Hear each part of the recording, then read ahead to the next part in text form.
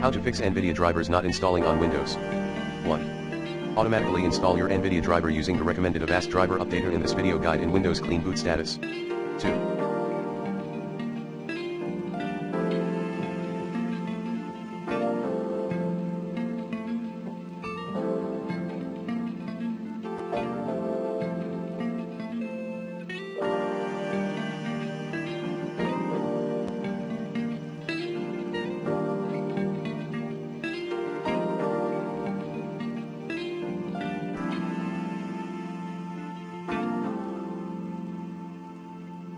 Clean install the NVIDIA driver. 3. Temporarily disable antivirus.